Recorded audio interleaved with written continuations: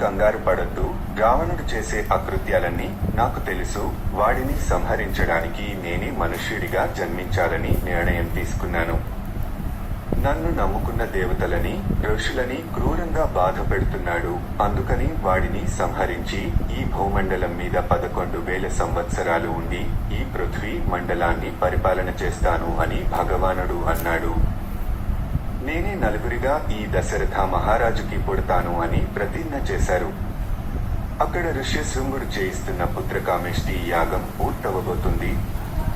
ఇంతలో ఆ యోగాగ్నిలో నుంచి ఒక దివ్య పురుషుడు నల్లని ఎర్రని వస్త్రములు ధరించి చేతిలో వెండి మూత కలిగిన ఒక బంగారు పాయస పాత్ర పట్టుకొని సింహంలా నడుస్తూ బయటికి వచ్చి దశరథ మహారాజుని పిలిచాడు.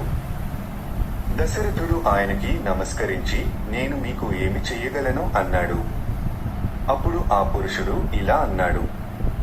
నాయనా దశరథ, నన్ను ప్రజాపతియ పురుషుడు అంటారు. నన్ను ప్రజాపతి పంపించారు.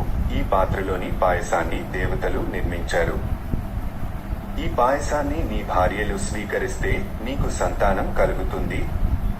ఈ పాయసాన్ని స్వీకరించడం వల్ల నీ రాజ్యంలోని వాళ్ళు ధన ధాన్యాలతో తులతూగుతారు, ఆరోగ్యంతో ఉంటారు అని చెప్పి వెళ్లిపోయాడు.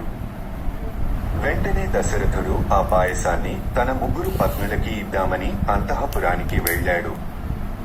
ముగ్గురిని పిలిచి ఆ పాయసంలో సగభాగం కౌసల్యకి ఇచ్చాడు. మిగిలిన సగంలోని సగభాగాన్ని సుమిత్రకి ఇచ్చాడు. ఆ మిగిలిన భాగాన్ని సగం సగం చేసి ఒక భాగాన్ని కైకేయికి, మరొక భాగాన్ని సుమిత్రకి ఇచ్చాడు. యాగం పూర్తయ్యాక అక్కడికి వచ్చిన రాజులందరికీ బహుమానాలు ఇచ్చి సత్కారాలు చేసి పంపించారు. ఋష్యశృంగుడికి సాష్టాంగ నమస్కారం చేసి ఆయనని సత్కరించి శాంత ఋష్యశృంగులను అన్ని మర్యాదలు చేసి సాగనంపారు. ఆ యాగానికి వచ్చిన వాళ్లందరినీ తగిన విధంగా సత్కరించారు దశరథ మహారాజు.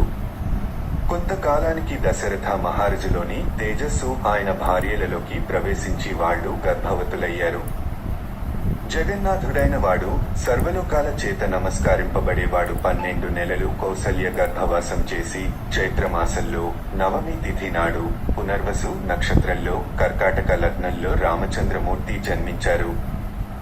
అదే సమయంలో కైకేయికి పుష్యమి నక్షత్రంలో మీన లగ్నంలో భరతుడు జన్మించాడు. తరువాత సుమిత్రకి లక్ష్మణుడు, శత్రుఘ్నుడు జన్మించారు.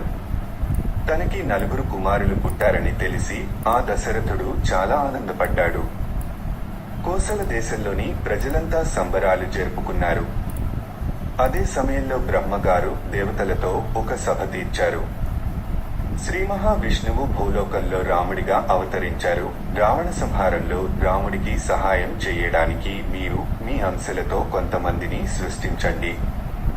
పార్వతీదేవి శాపం వల్ల మీకు మీ భార్యల వల్ల సంతానం కలగదు. కావున మీతో సమానమైన తేజస్సు, పరాక్రమము కలిగిన వానరాలని గంధర్వ, అప్సరస, కిన్నెర స్త్రీలను కనండి అని చెప్పారు.